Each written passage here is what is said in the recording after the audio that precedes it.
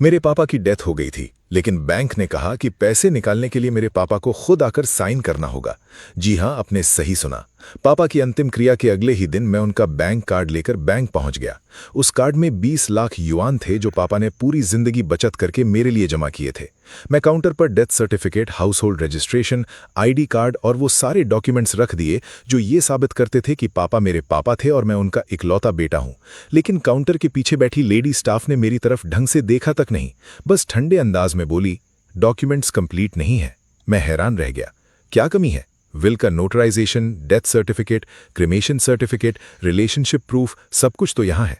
उसने बिना किसी इमोशन के जवाब दिया, हमारे बैंक का रूल है, इतनी बड़ी अमाउंट और खासकर इनहेरिटेंस के केस में अकाउंट होल्डर को खुद आकर कंफर्म करना पड़ेगा। मुझे लगा शायद मैंने गलत सुना। गुस्से की एक लहर पैरों से लेकर सर तक चढ़ गई। पर्सनली? आपने डेथ सर्टिफिकेट नहीं देखा? मेरे पापा इस दुनिया में नहीं रहे। जो इंसान मर चुका है वो यहां कैसे आएगा? लेकिन वो बिल्कुल भी नहीं पिघली। चिल्लाइए मत, रूल तो रूल होता है। अकाउंट होल्डर खुद आएगा तभी काम होगा।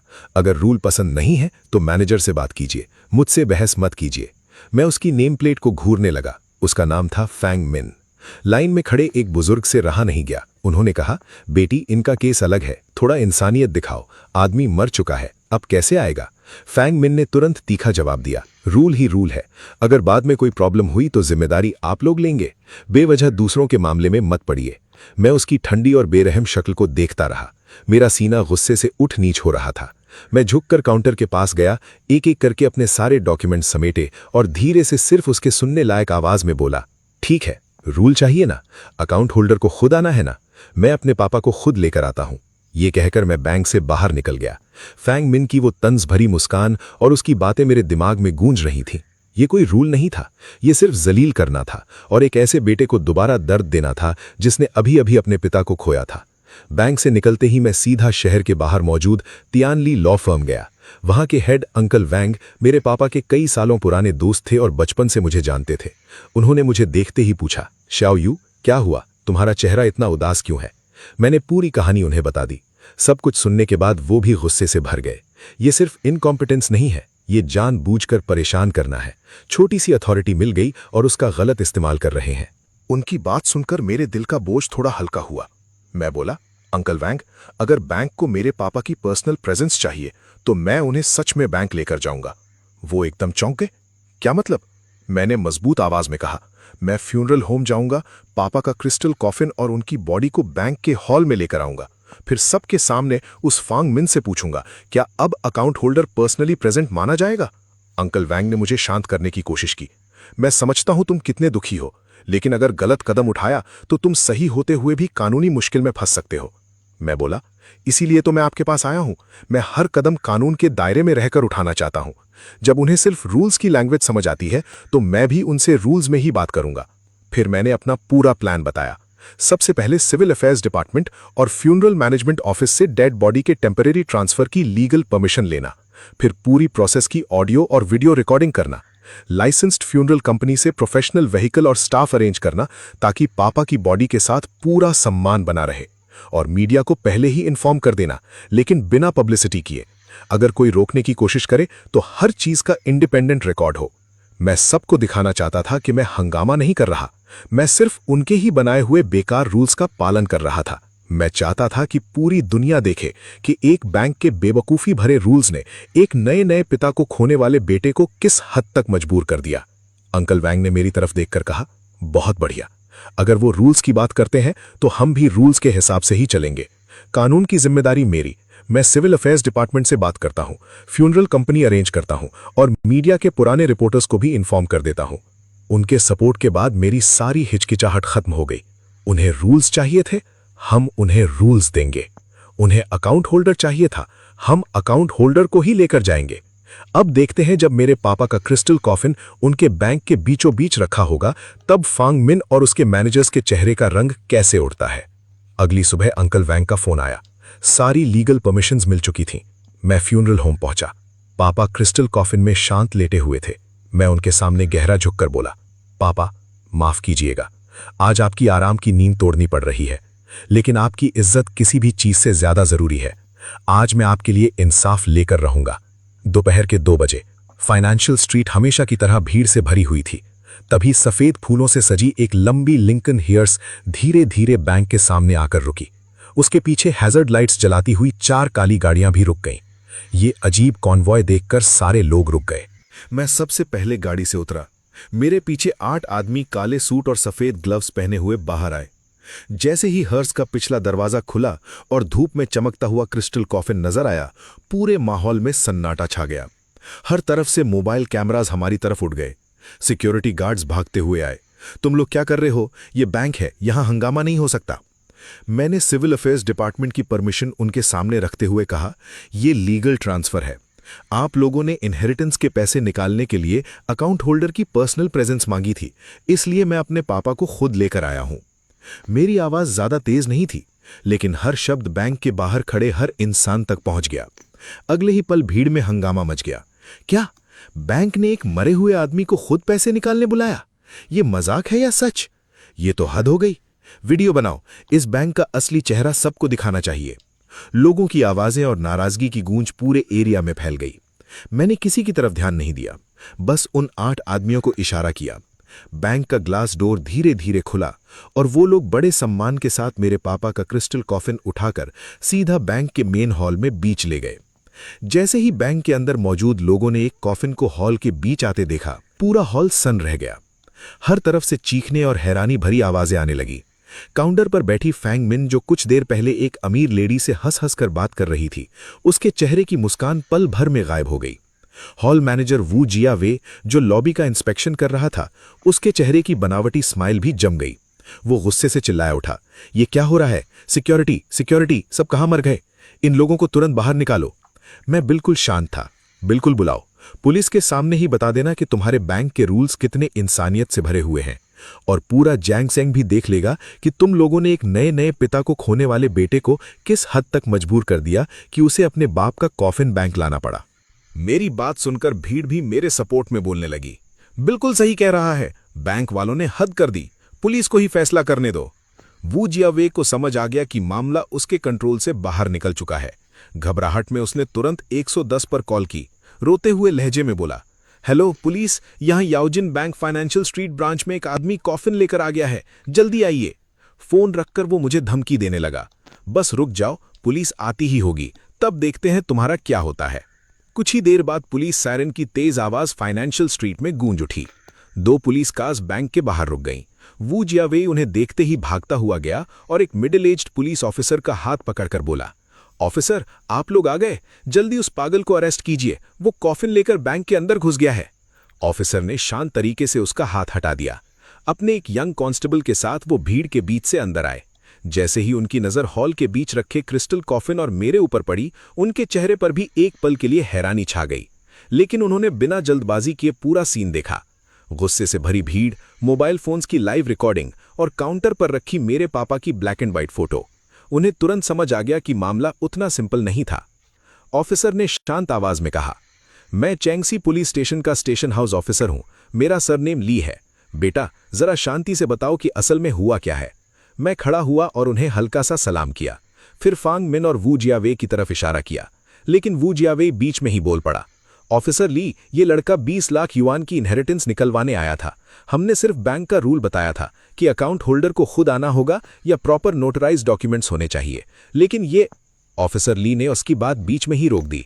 उन्होंने काउंटर पर रखा डेथ सर्टिफिकेट उठाया और पूछा, डेथ सर्टिफिकेट तो यहीं रखा है, क्या तुम्हारे बैंक के रूल्स के हिसाब से मरने के बाद भी आदमी जिंदा माना जाता है? क्या तुम लोगों के पास जरा सी भी फ्लेक्सिबिलिटी नहीं है? फांगमिन धीरे से बोली, हम सिर्फ फंड्स की सिक्योरिटी का ध्यान रख रहे थे।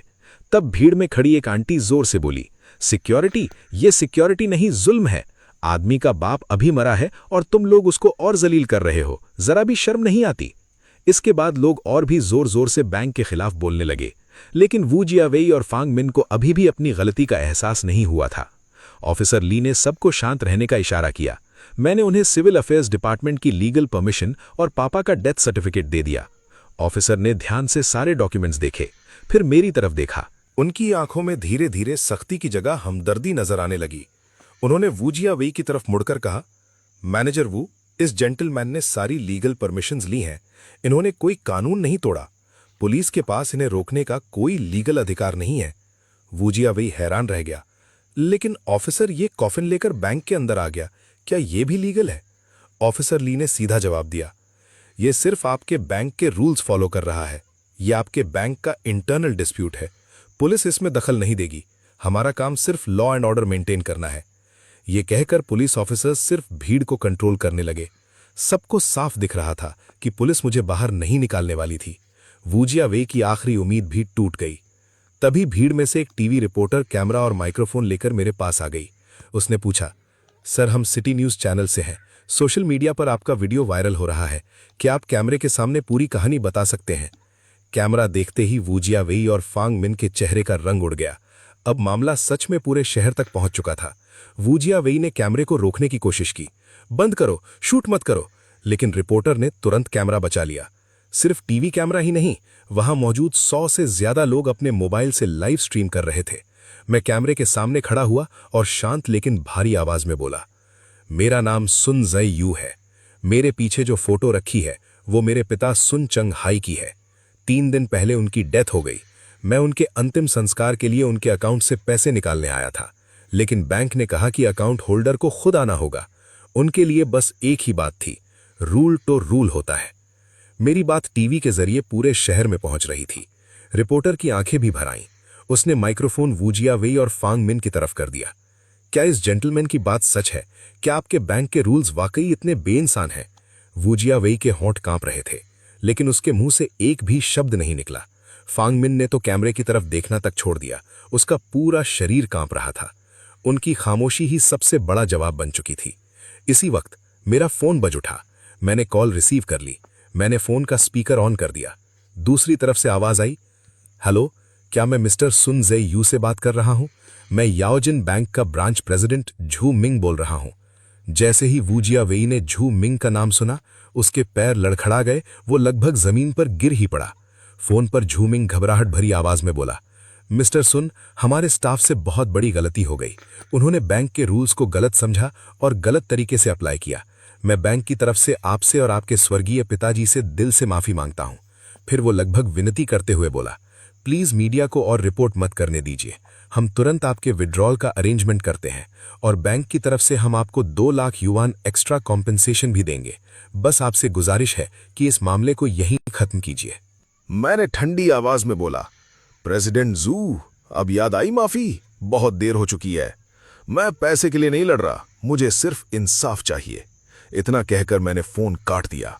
फोन कटते ही वूजिया वे और फांग मिन के चेहरे बिल्कुल सफेद पड़ गए। दोनों वहीं जमीन पर गिरकर बैठ गए।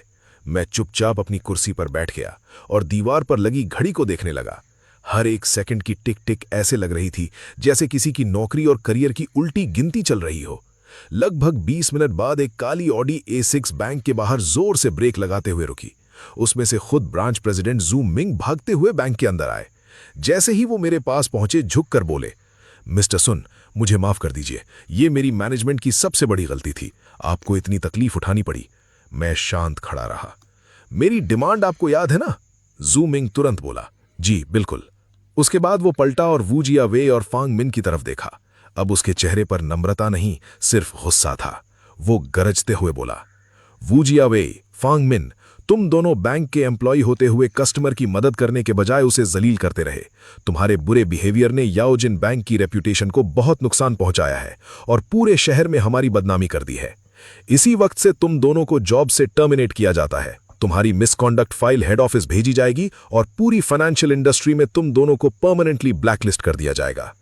ये सुनते ही फांग मिन जोर जोर से रो पड़ी। वो घुटनों के बल चलती हुई जू मिंग के पैर पकड़कर रोते हुए बोली, प्रेसिडेंट जू, प्लीज मुझे एक और मौका दे दीजिए। मैं गलत थी, मैं दोबारा कभी ऐसा नहीं करूंगी। दूसरी तरफ वूजिया वे भी टूट चुका था।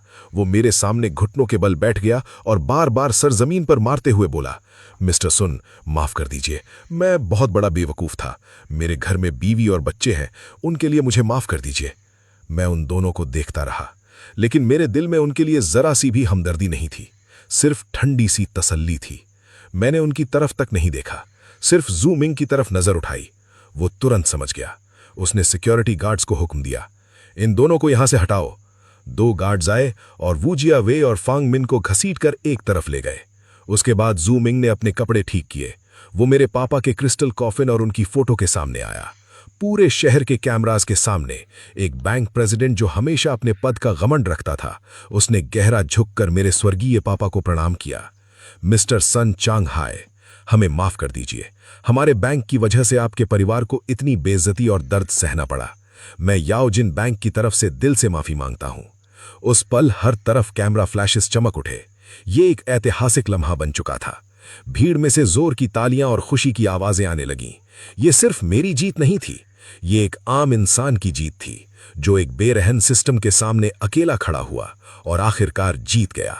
मैं धीरे से पापा की फोटो के पास गया। उसे देखकर बोला, पापा, आज आपके लिए इंसाफ मिल गया। चलिए घर चलते हैं। जूमिंग तुरंत मेरे पास आया। चेहरे पर मजबूरी भरी मुस्कान थी। मिस्टर सुन, आपका विड्रॉल मैं खुद अरेंज करता हूं। सबसे एक्सपीरियंस्ड कैशियर आपका काम तुरंत करेगा। ग्रीन चैनल खोल दिया जाएगा। मैं रुक गया। पॉकेट से बैंक कार्ड निकाला और उसकी तरफ उछाल दिया। उसकी तरफ दोबारा देखे बिना मैं मुड़ गया और हर्ष के पीछे चल दिया। भीड़ खुद ब खुद हमारे लिए रास्ता छोड़ती चली गई। लोग धीरे धीरे बात कर रहे थे। वाह, लड़का सच में बहादुर निकला। दिल को सुकून मिल गया। ऐसे ही सबक मिलना चाहिए उन लोगों को जो गरीब और आम लोगों को नीचा समझते हैं। अब कोई भी सीधे साधे इंसान को आसानी से परेशान करने की हिम्मत नहीं करेगा। मैं पापा की फोटो को सीने से लगाए बैंक से बाहर निकल गया। यही वो जगह थी जहां मुझे जिंदगी की सबसे बड़ी बेइज्जती मिली थी, और यही वो जगह थी जहां मैंने अपनी सबसे बड़ी इज्जत वापस हासिल की। जैसे ही मैं बैंक के बाहर निकला, धूप मेरे ऊपर पड़ी। हम सब गाड़ियों में बैठ गए। पूरा कॉन्वॉय धीरे धीरे फाइनेंशियल स्ट्रीट से निकल गया। कार के अंदर बैठते ही 3 दिन से तनाव में बंधी मेरी सारी हिम्मत टूट गई। मैं सीट पर सिर टिकाकर खिड़की के बाहर देखने लगा और बिना किसी चेतावनी के मेरी आंखों से आंसू बहने लगे। ये आंसू दुख के नहीं थे, ना ही बेइज्जती के। ये सिर्फ एक बोझ उतरने के आंसू थे। 3 दिन बाद वेस्ट हिल सेमेट्री में मैंने पापा की सबसे इज्जतदार अंतिम विदाई की। मैं खुद उनकी अस्थियों का कलश उनकी कब्र में रखकर आया। टूमस्टोन पर सिर्फ एक लाइन लिखवाई, मेरे प्रिय पिताजी सुन चंगहाई की समाधि। मैं अकेला उनकी कब्र के सामने बैठा याओजिन बैंक की तरफ से प्रेसिडेंट जू मिंग के साइन की हुई माफी की चिट्ठी निकाली। उसे आग लगा दी। कागज धीरे धीरे जलकर राख बन गया। मैं धीरे से बोला, पापा, मुझे उनकी झूठी माफी नहीं चाहिए थी। मुझे सिर्फ इतना चाहिए था कि आप चैन से सो सकें। जिन्होंने हमारे साथ बुरा किया, उन्हें उनके कर्मों की सजा मिल चुकी है। पहाड़ों से आती हल्की हवा ने उस राख को उड़ा दिया, जैसे पापा मेरी बात का जवाब दे रहे हों। मैं खड़ा हुआ, उनकी कब्र के सामने गहरा झुककर प्रणाम किया। इस घटना का असर मेरी सोच से कहीं ज्यादा बड़ा निकला। कॉफिन बैंक इंसिडेंट उस साल जियांग चेंग की सबसे बड़ी खबर बन गया, और मैं सुन जेयू पूरे शहर में एक निडर और सीधा इंसान के रूप में मशहूर हो गया। याओजिन बैंक की रेप्यूटेशन बुरी तरह गिर गई। सुना था कि जूमिंग को भी कुछ ही समय बाद ट्रांसफर कर दिया गया, और वू जियावे और फांग मिन, उनका हाल और भी बुरा हुआ। फाइनेंशियल इंडस्ट्री ने उन्हें हमेशा के लिए ब्लैकलिस्ट कर दिया। अब उन्हें किसी भी बैंक या फाइनेंशियल इंस्टीट्यूशन में नौकरी नहीं मिल सकती थी। लेकिन मुझे उनके लिए जरा सी भी हमदर्दी नहीं थी। उन्होंने खुद अपना रास्ता चुना था। जब उन्होंने अपनी ताकत और घमंड से एक आम इंसान की इज्जत को कुचलने की कोशिश की, तभी उन्होंने अपना अंजाम भी लिख दिया था। मैं अपनी जीत के नशे में नहीं डूबा। पापा के छोड़े हुए पैसे से मैंने यूनिवर्सिटी टाउन के पास एक छोटी सी बुक स्टोर खोल ली। दुकान बहुत बड़ी नहीं थी, लेकिन बहुत सुकून भरी थी। हर दिन मैं किताबें सजाता, एक गरम चाय बनाता और खिड़की के बाहर आते जाते स्टूडेंट्स को देखते हुए जिंदगी में पहली बार असली सुकून और शांति महसूस करता।